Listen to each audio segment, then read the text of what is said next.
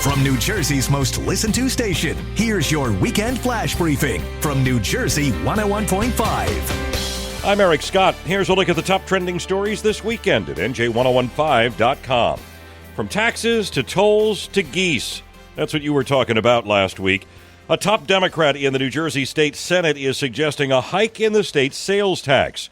Paul Sarlo is chairman of the Senate Budget Committee. He says it would be a more stable source of revenue to fund New Jersey Transit. Would be more stable than the corporation business tax on the higher earning income companies, which could vary from year to year. Earlier this year, Governor Murphy suggested he was open to moving the sales tax from the current 6.625% back to a full 7%, but it was not included in his budget proposal.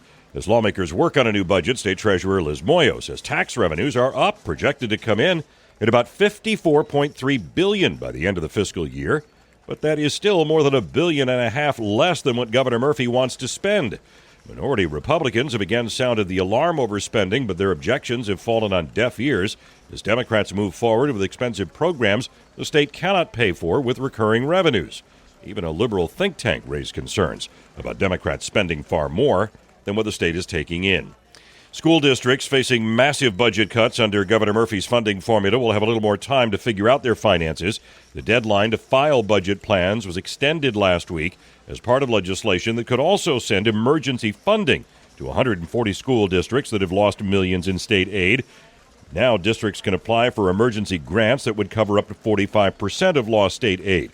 But in addition, school districts can now raise local taxes, property taxes, without voter approval, up to 9.9% to cover those aid losses.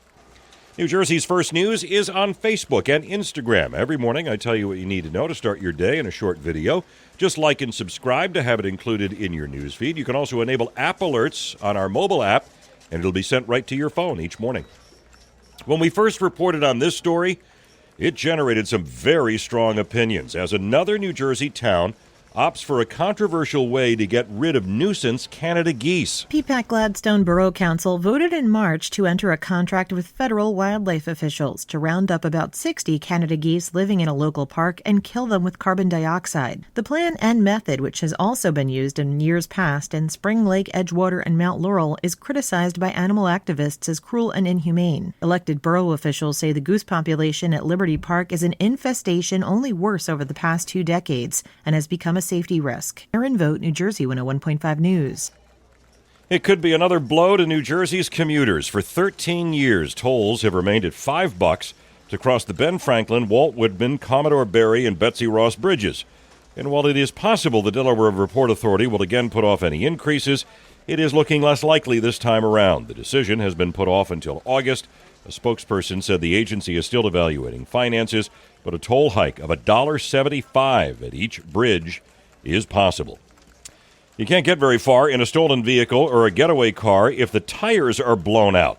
So spike strips are the latest tool for law enforcement in Morris County. Morris County Prosecutor Robert Carroll says they expect to stop a lot more criminals in motion thanks to the spike strips that are being rolled out at several police departments. And we have a high degree of confidence that these are going to be very helpful, not limited to just property and theft crimes. We're talking about crimes where children are kidnapped, sex crimes, murders, violent crimes of all types can be committed, and we have fleeing felons. Specialized training is underway. Essentially, officers can deploy the spike strips across a roadway and puncture the tires of a target vehicle, then pull the tool back to make room for pursuing police vehicles. Dean Alflamia, New Jersey 101.5 News. Could inflation actually bring more people down the Jersey Shore this summer? Economics professor Oliver Cook at Stockton University says local trips may be more financially feasible for families than trips to other states or other countries. Maybe as opposed to flying somewhere else, maybe now you get we're going to tighten up and we're going to be closer to home. Businesses say the ultimate wild card, though, going to be the weather.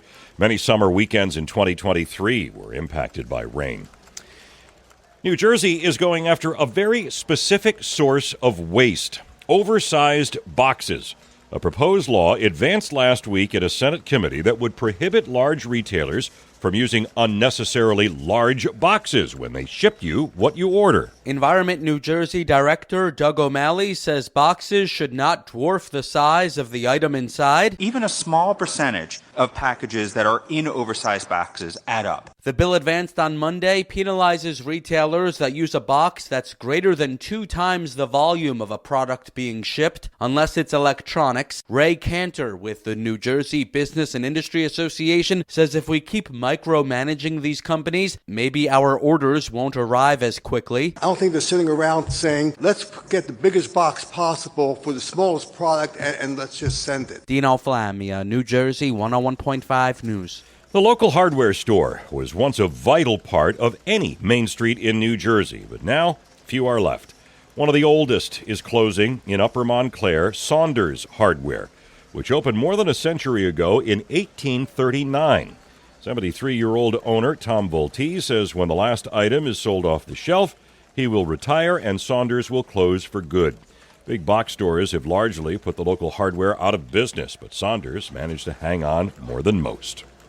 New Jersey has taken first place and has America's best roadside attraction. Margate's own Lucy the Elephant tops the 10 Best Reader's Choice Awards carried out by USA Today. The 6-story tall elephant underwent a $2.4 million renovation in recent years. Thanks to fan votes, Lucy beat the likes of Paul Bunyan and Babe the Blue Ox in Minnesota, Carhenge in Nebraska, and the world's largest ball of twine in Kansas. Erin Vogt, New Jersey 101.5 News. Stay tuned to New Jersey 101.5 all weekend long for the latest New Jersey weather, traffic, and breaking news. And make sure you enable all the New Jersey 101.5 skills on your Alexa devices. All of our content available anytime on demand at nj1015.com. That's a look at the top trending stories this weekend. Join me Monday morning for New Jersey's First News. We're live on air at 5:30. Then stick around and talk Jersey with Bill Spadia at 6 on New Jersey 101.5.